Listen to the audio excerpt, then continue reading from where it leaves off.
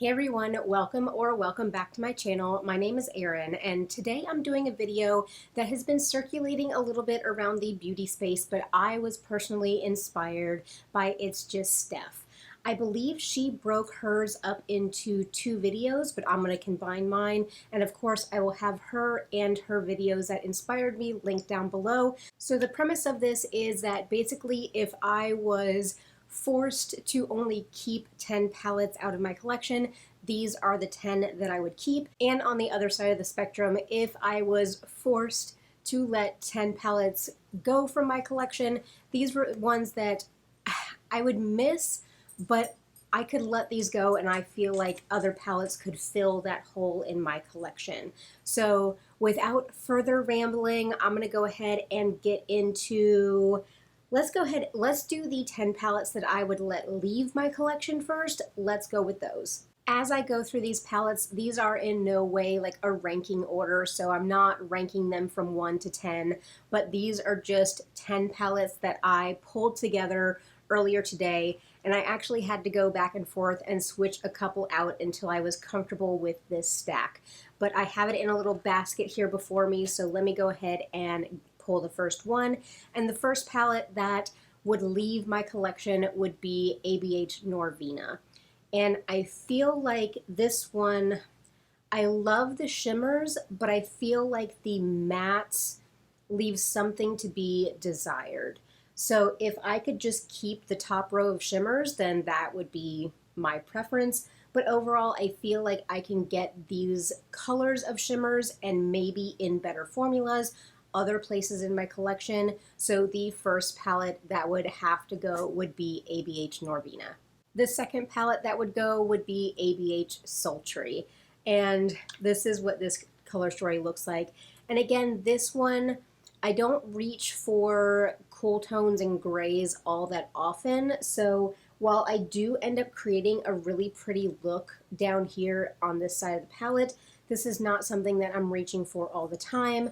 And again, the shimmers, I do like the more bronzy shimmers. Like I love Steampunk and Ember and Teak and Cinder. Like all of those are beautiful shades. But again, I feel like I would have those same shades in other palettes in my collection so that I could see this one go.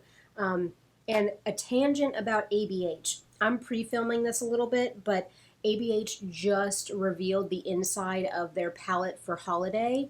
And am I the only one who thought that those three like goldish shimmers on the top looked exactly the same when they were swatched? The two darker shades look the same, the two mid-tone shades look the same.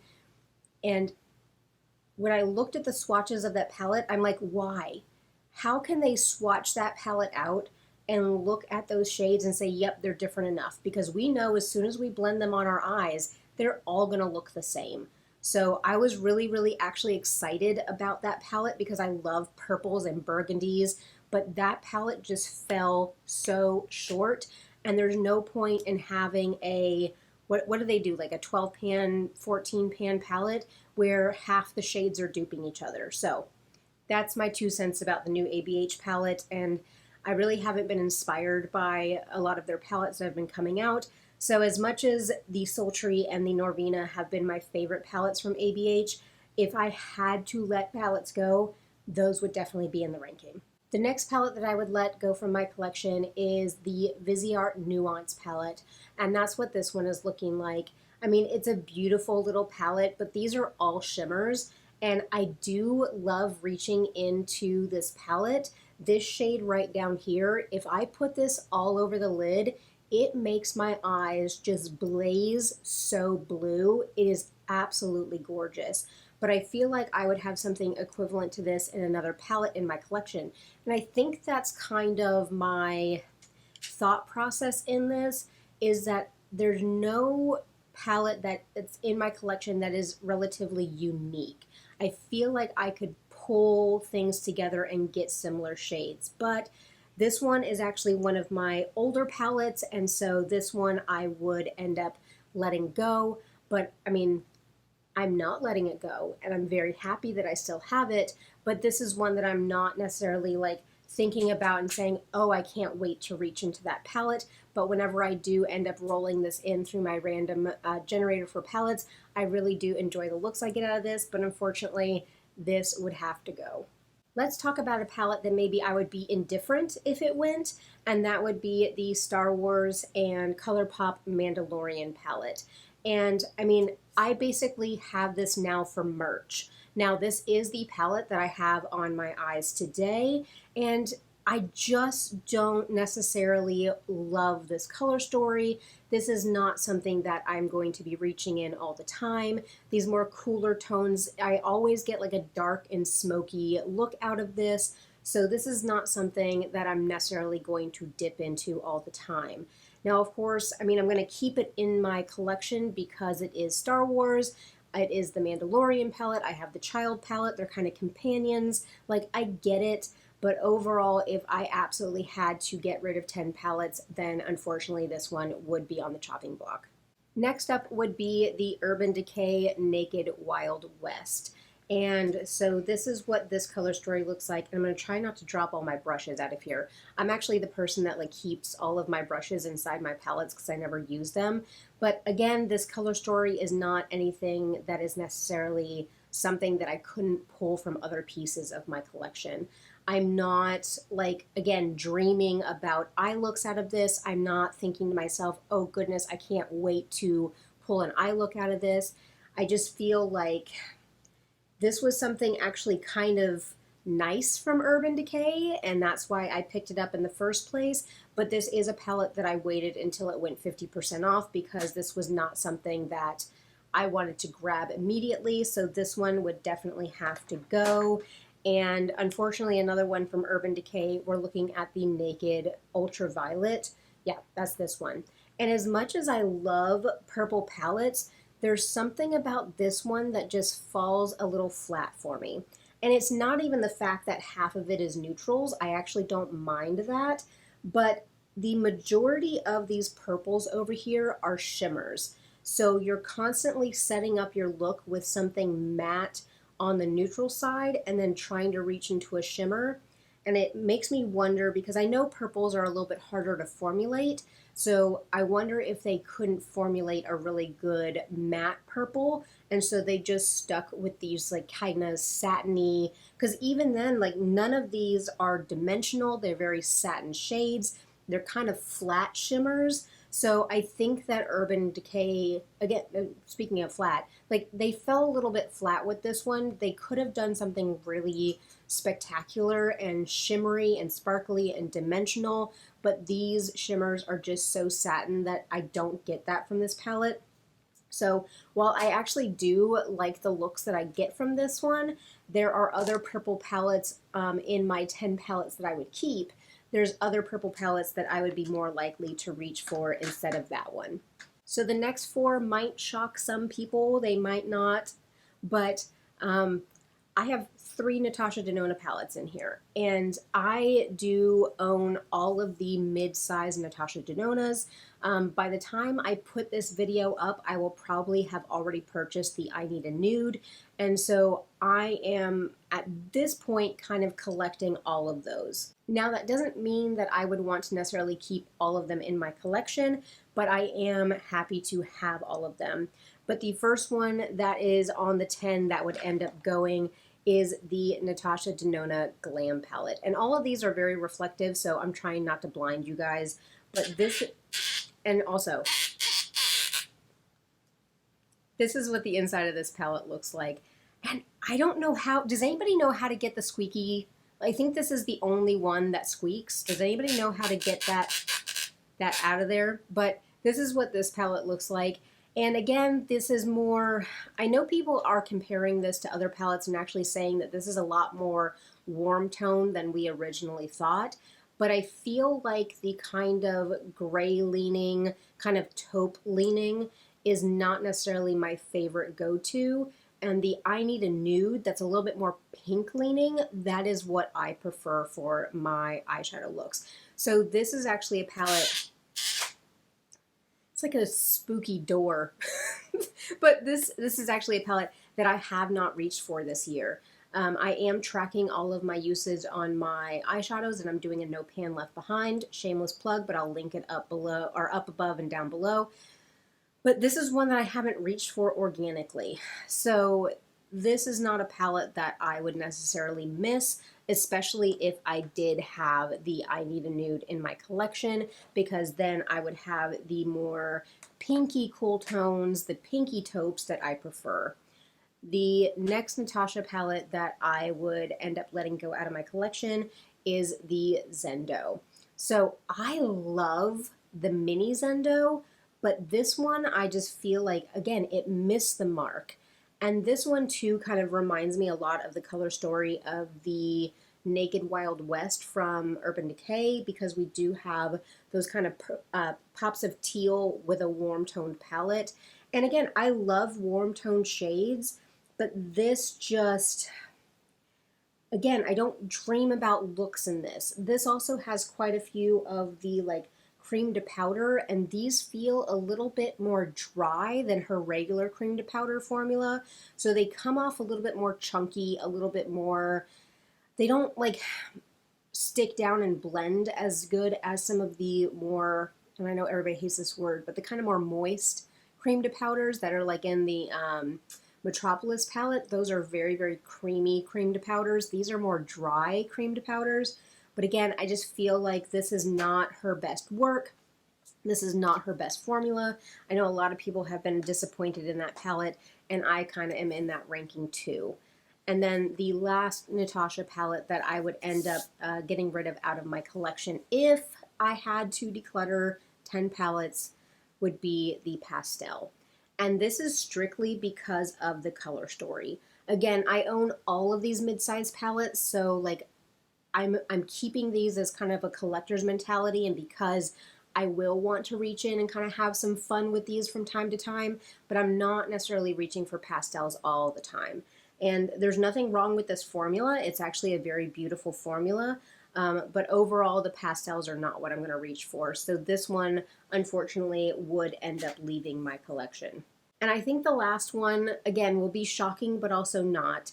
And it is the Tati Beauty Volume 1. Now, I'll preface this by saying that this will never leave my collection.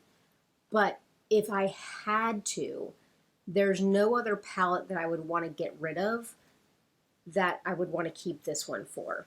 Now, this one I would be like, oh, well, can I keep it and just have it on my bookshelf as like nostalgia makeup and not actually use it again? I'd want to like cheat with the caveat. But this is what, and again, this is a big palette. How can I hold this up? So this is what the inside of this one looks like.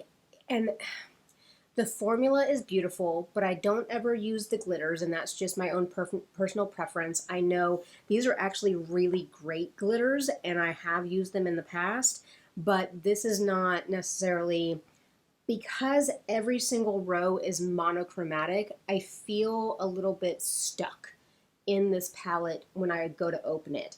Now, these two and this row are gorgeous. I love using those mattes. I love getting the sequin formula also. The metallic formula is decent, but really I think that this like excels in the mattes. But again, if I'm reaching in for a matte, I'm getting 2 purples, 2 creams, 2 mid-tones, 2 oranges, and 2 darker browns.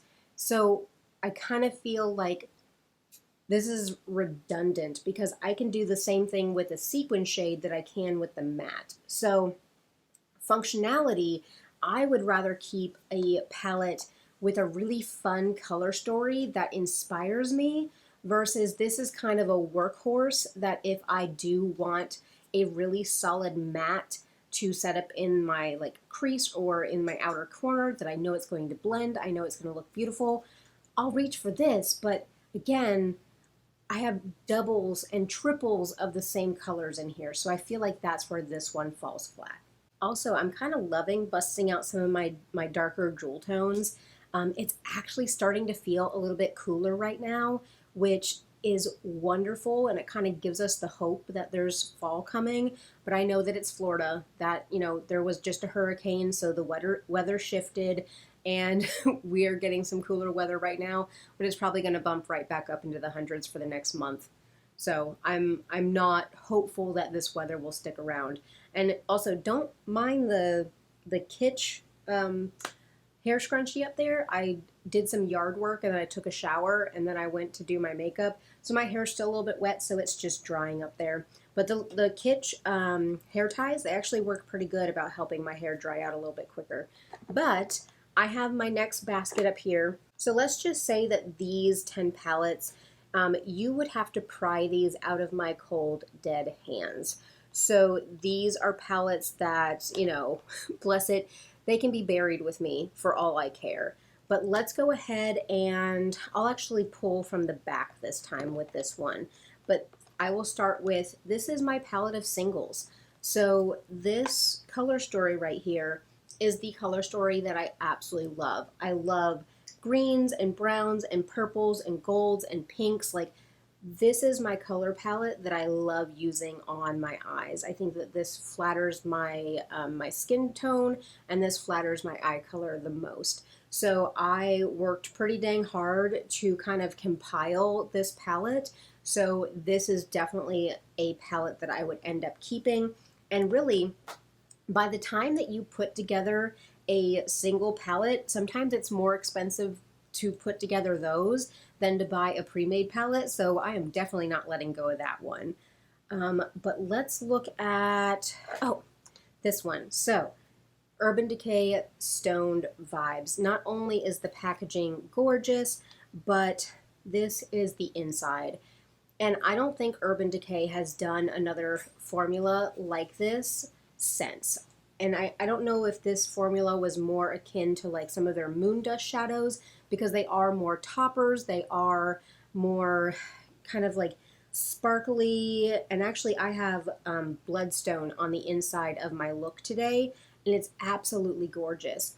I had just watched a video from Lauren May Beauty talking about the new Urban Decay palette, and I made a comment that like Urban Decay missed a great opportunity to bring out a sister palette to Stone Vibes, call it the Heavy Metals, so they could still have like the like metal rocker theme, but then do this same formula with these beautiful sparkly topper shades, but do them in like metal elements and kind of bring back this like gem and element and metal vibe and make a sister palette to this. I think that this may not have gone over so well, but over the years, people have really like coveted and enjoyed this palette. So if Urban Decay gave us another one of these, now that all of us have kind of fell in love with this palette and like we're not ever letting it go, I would have gone out and purchased a sister palette to this one, full price. But the palette that Urban Decay released, it makes no sense. I don't know what Urban Decay is doing. They need to kind of get their stuff together. But again, here's another one that I would keep. This is in my top 10 palettes. This is the Urban Decay Naked Honey. And again, these warm tones, these like really bright golds, they look beautiful on my complexion and they make my eyes pop.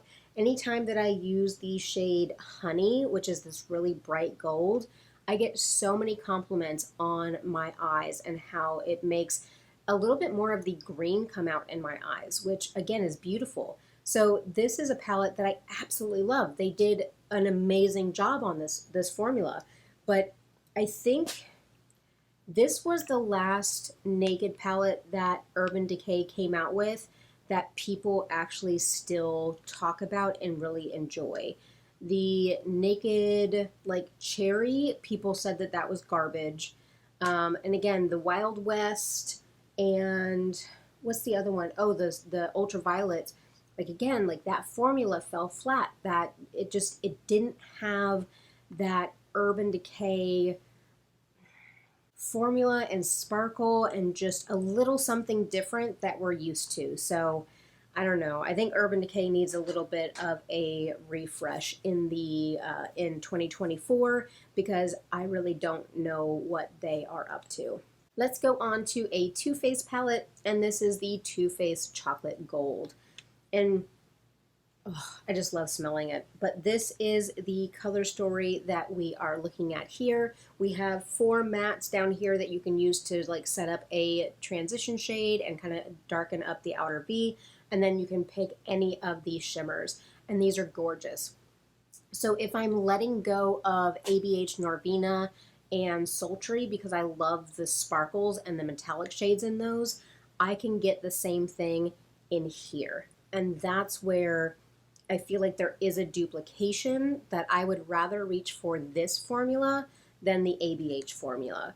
And again, this one and Pumpkin Spice are the only two Too Faced palettes that I still have, apart from just Peachy Mattes, but like the shimmer formula. And I don't think that they have done a shimmer formula quite like this since. And this, I think, was their best shimmer formula. So, again, Too Faced needs to be doing something because I just saw their release for holiday. And it's the same thing every year. Like, we understand they're going to do the little, like, trio of palettes with, like, a blush that would only work on somebody as fair as me and, you know, a crappy cluster of shades of shadows. Like, I understand that people that are not necessarily in the makeup world probably like those and like getting those and gifting those. Like, if I had a 15-year-old niece that like didn't do a whole lot with makeup, like I'd probably get that for her and she would think it would be amazing. But they have not done a whole lot to be inspired by the beauty community in a while. But the next palette that I would end up keeping is the Huda Beauty Mercury Retrograde. And because I would be letting go of the Natasha Denona Pastel, this is where this would come back in. I think that this is pastel that I can work with. It has things to deepen up. It has those special shades in here that are the shimmery shades that have the different textures. Like, I could be content with this, and if I wanted to do a pastel look, dipping into this would not be hard. So I love this palette, and I've not completed this yet for No Pan Left Behind. I think, do I want to do this one in like November? Because like it kind of reminds me of like a little bit of like the frosty, like beginning of winter vibes. That's when I might roll this one in.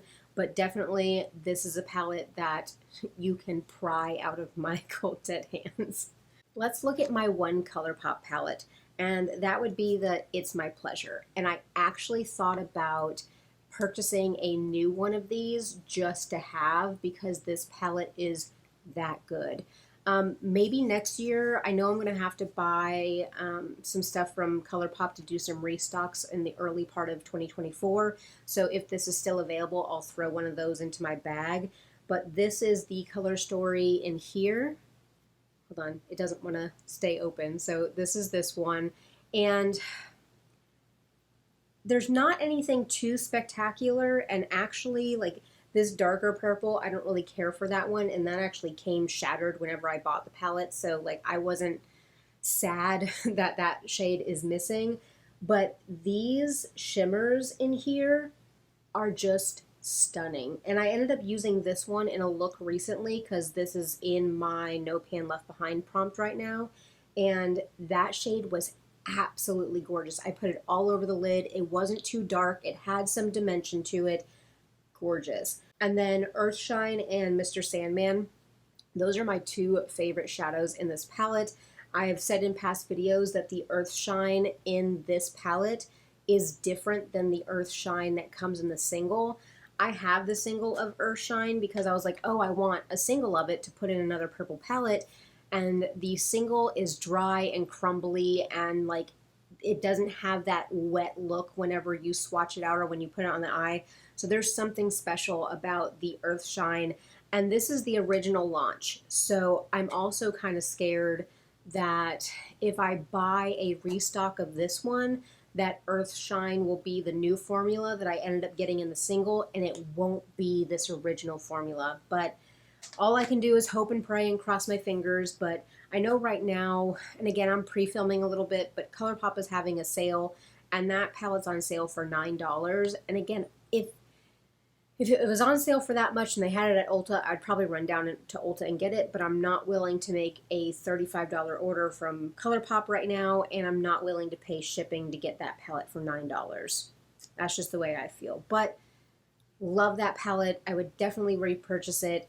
In here too is a lot of the shades that if I got rid of Norvina, I would feel perfectly content with the pinks coming out of this and some of the shimmers coming out of this, that I probably wouldn't even miss Norvina because I would have this palette. So I have two Natasha Denona palettes in here that I would keep. And first one is the Natasha Denona My Dream. I almost said My Glam. No, My Dream. And really, again, I love this color story. I love the warm tones and the berries, and the shimmers are beautiful with like the more like goldy shades. This one is just right up my alley.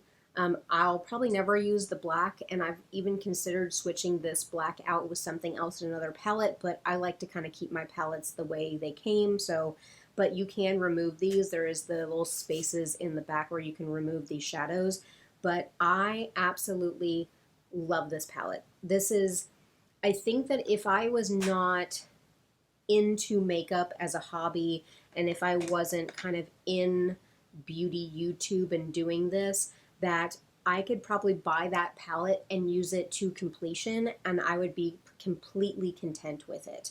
So I really, really do enjoy that one. And then the other Natasha palette that I would keep would be the Natasha Denona Metropolis. And so this one is just, again, the warm tones, the golds, the pops of blue and green. This one is right up my alley. And again, I could use this palette every day and probably not get sick of the looks, because there's so many different ways with all the different shimmers and textures. There's so many different ways that you can go. And the cream to powder shades in this one are actually really creamy, and I love using them as liner. Whereas if I tried to use the cream to powder in the Zendo palette to do liner, they would just crumble. And that's the part where, again, I just feel like that was not her best formula. All right, so we are down to the last two palettes, and these both come from the same brand. And so they are both Lethal palettes. And this is a palette that I actually put together myself. This was the palette that I did as a dupe for the Melt Bad Zodiac, the like Virgo or the Earth palette, which includes the sign for Virgo. And so I did my own kind of color story, and this is what I came up with. So I'm a Virgo, I'm an earth sign. I don't read too much into that, but this color story just calls to me. And so I feel like with fall coming up, with autumn coming up, and again, so in Florida, we have maybe kind of seasons. We might get like 2 weeks of fall before it gets actually like a little bit more cold towards winter, what we consider winter. But during those 2 weeks of fall that we actually get, I'm going to be loving this. Like, this is a beautiful color story. I absolutely love it. I think that I have a link to this custom palette that I believe that I can link down below. So if you're curious about the shades that are in here, I can go ahead and I can link that down below. But Lethal is one of those brands that, again, it has the holes in the back so you can pop these shades out. And I love putting together these palettes. I love putting together these color stories. And so this was one that I would definitely want. Again, if I had the My Dream palette for the entire year and then I busted this out in fall and kind of going into the beginning part of winter, those would probably be the only two palettes that I would ever want. And then looking at my other palette, and again, this would replace a lot of the stuff that I would be okay and comfortable getting rid of. And I'm thinking about like even the Naked Ultraviolet, the Norvina palette, like the purples that I would be getting rid of, I would be completely content because of this. So this is one of Lethal's newer palettes. This is the Wildflower palette, and I just think the color story in here is so much fun. I thought about keeping the Nightflower palette instead of this one, but that Nightflower palette is a little bit darker. It kind of has the same vibes as It's My Pleasure. I felt like those two would be kind of akin to each other, And because this color story is just so funky and bright and vibrant, I felt like this one would be a little bit more fun. So this would be my 10th palette that I would keep in my collection if I had to get rid of everything else. So those are all of my palettes for keep 10 and leave 10. And did any of my choices surprise you? Would you make any different choices for yourself? Let me know down below, or let me know what palettes, even if you do 5 and 5, if you have a smaller collection, which, bless it, have smaller collections, because doing this has made me see how much overlap there really is in my palettes. And maybe I'm just hanging on to certain things because either I like that I have a collection of them, or I feel like if I did let it go that I would not be able to get it back, or I would want it, in a blue moon type thing. But if you have smaller collections, there's nothing wrong with that, and you don't want to end up like us where we have repeats of everything. But again, tell me what palettes, somebody would have to get out of your cold dead hands, and what palettes would you easily be able to let go if you needed to. Let me know your picks down below. Of course, this video is all in fun. I'm not decluttering any of these. I actually find it quite difficult to declutter palettes, and so this was just an experiment for myself, but it does get me thinking about what I really do need or want in my collection. But otherwise, I hope that this was entertaining for you. I want to encourage you to do all the things. Go ahead and give this video a thumbs up if you liked it.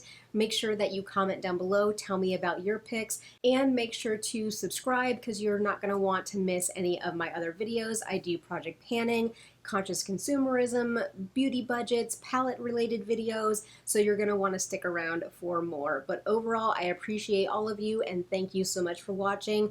I'll catch you in my next one.